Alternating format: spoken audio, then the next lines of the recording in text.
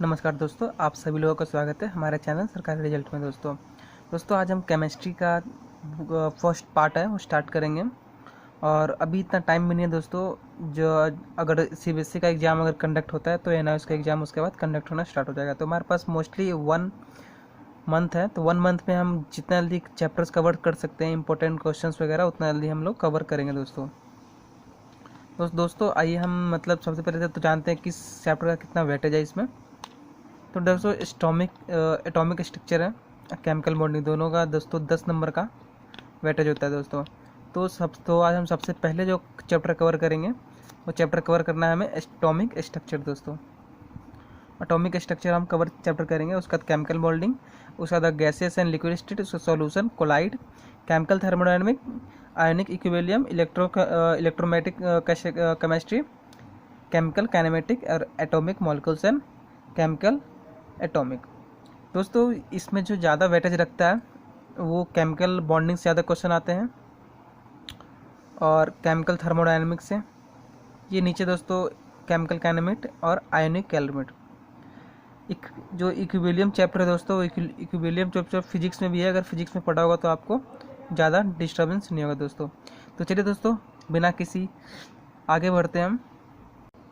दोस्तों पहला जो टॉपिक है आपका हमारा लॉज ऑफ केमिकल कॉम्बिनेशन। दोस्तों लॉज ऑफ केमिकल जो कॉम्बिनेशन है एग्जाम में पूछते हैं, और मैं इस वीडियो में यही बताऊंगा कि क्या क्या क्वेश्चंस एग्जाम में आ सकते हैं, जो इंपॉर्टेंट टॉपिक्स एग्जाम में आने वाले वही, क्योंकि ज़्यादा पढ़ के हमें कोई फ़ायदा नहीं है, हमारे पास 1 मंथ ही है। दोस्तों चलिए शुरू करते हैं। जैसे कि दोस्तों यहाँ पर मैं नोट्स बना रखा हूँ, तो नोट्स आप भी बना लीजिएगा वीडियो देख के, और नोट्स वगैरह आपको चाहिए तो लिंक आपको डिस्क्रिप्शन में होगा, वहाँ से आप लिंक डाउनलोड कर लीजिएगा दोस्तों। यहाँ पे तो लॉज ऑफ केमिकल रिएक्शन कहता है कि जो कोई भी एक ऐसा रिएक्शन हो इसका टोटल मास हो, जो टोटल मास होगा दोस्तों, ये एक यहाँ पे मैंने एग्जांपल के तौर पे भी लिया है दोस्तों। देखिए H + O2, इन दोनों का मास मिलकर दोस्तों एक प्रोडक्ट बना है दोस्तों, पानी, हाइड्रोजन और ऑक्सीजन का मिलकर। तो ये कहता है कि कोई भी 2 रिएक्शन हो उसका इक्वल होना चाहिए मास और उनके प्रोडक्ट। इस लॉ को हम कंजर्वेशन ऑफ मास कहते हैं दोस्तों। जो बेसिकली जो एनर्जी होती है, एनर्जी ऑफ मास या कंजर्वेशन ऑफ एनर्जी, दोनों चीज़ें जो है दोनों इक्वलिटी पे सेम होता है दोस्तों। तो इसमें ज़्यादा हमें कोई क्वेश्चन नहीं आता है, सिंपली पूछते हैं कि laws of chemical combination define करो। तो आप सिंपली लिखिएगा कि in every chemical reaction total mass of all the reaction is equal to the masses of all the product. This is called laws of conservation. Example में दोस्तों H + O2 का example दे दीजिएगा, कार्बन डाइऑक्साइड, कार्बन मोनोऑक्साइड का example दे दीजिएगा। ठीक है दोस्तों, इसके साथ हम बढ़ते हैं आगे। इसका दे दोस्तों लॉ ऑफ मल्टीपल प्रोपोर्शन। इसमें दोस्तों ये इसके अकॉर्डिंग दोस्तों क्वेश्चन आते हैं कभी कभी ये इसका डेफिनेशन पूछ लेते हैं।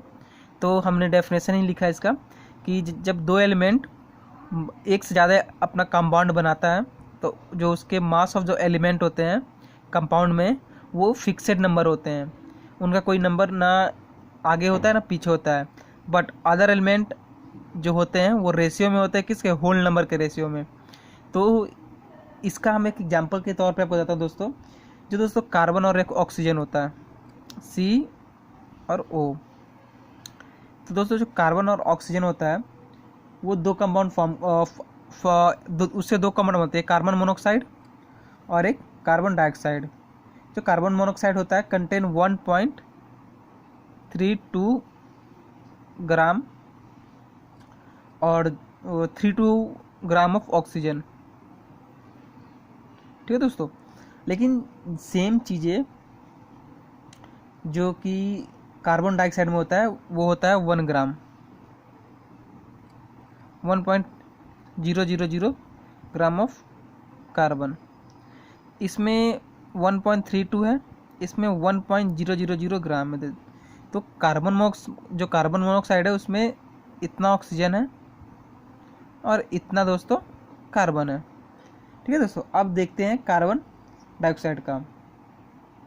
कार्बन डाइऑक्साइड में वहीं पे 2.66 ग्राम ये हो गया दोस्तों ऑक्सीजन, और 1.000 ग्राम ये हो गया कार्बन।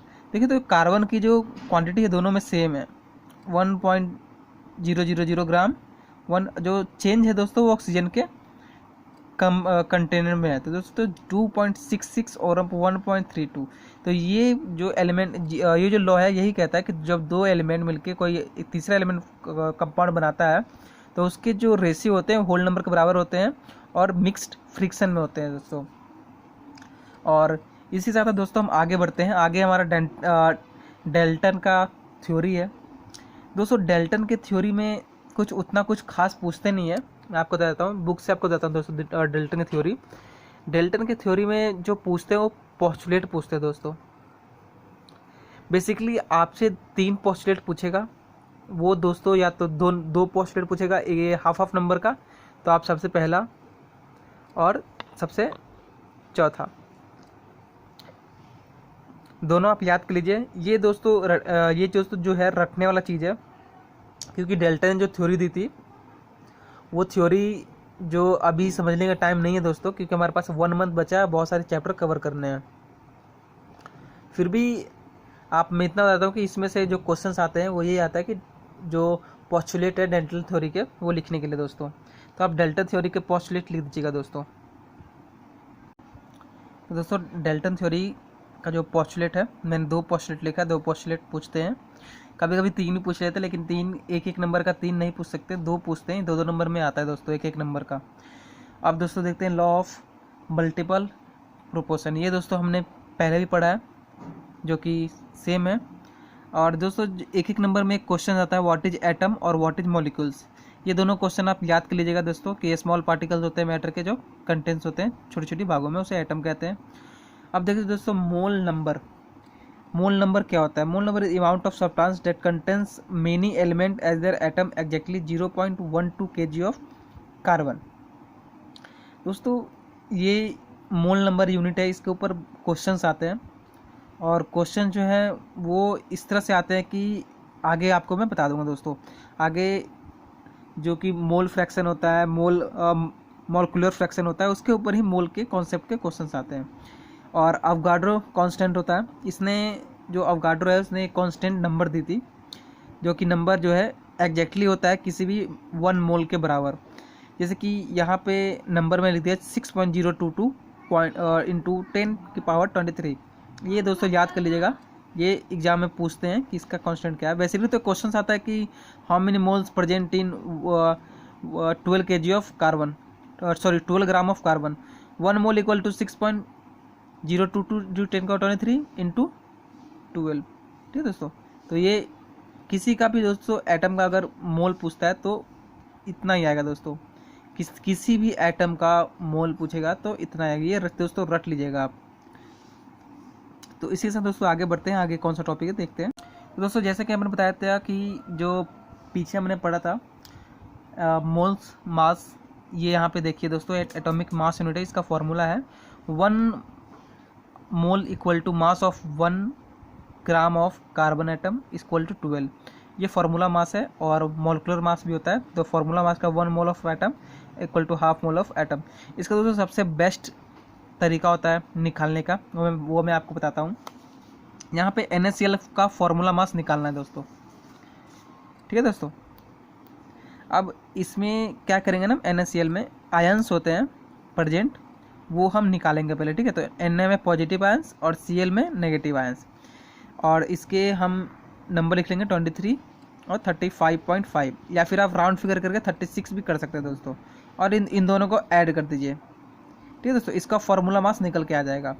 आपको ये वाला फार्मूला लगाने की दिक्कत नहीं है, सिंपल आप ऐड कर सकते हैं। मॉलिक्यूलर मास में भी आपको आयंस निकाल के ऐड कर देना है। ठीक है दोस्तों, तो आज के लिए वीडियो इतना ही रखते हैं। और अगर आप चैनल पर नए हैं दोस्तों आप सब्सक्राइब कर लीजिएगा। और अगर कोई भी आपका CBSE का दोस्त हो या फिर कोई CBSE में पढ़ता हो, उसको भी ये वीडियो शेयर कीजिएगा। और ये नोट्स आपको प्रोवाइड हो जाएगा लिंक में दोस्तों, तो आप लिंक से जो है पोस्ट आप डाउनलोड कर लीजिएगा। कमेंट करके बताइएगा कैसा लगा आपको वीडियो, क्योंकि आपके एक कमेंट से हमें बहुत मोटिवेटिव मिलती है। तो आप कमेंट करके बताइएगा दोस्तों।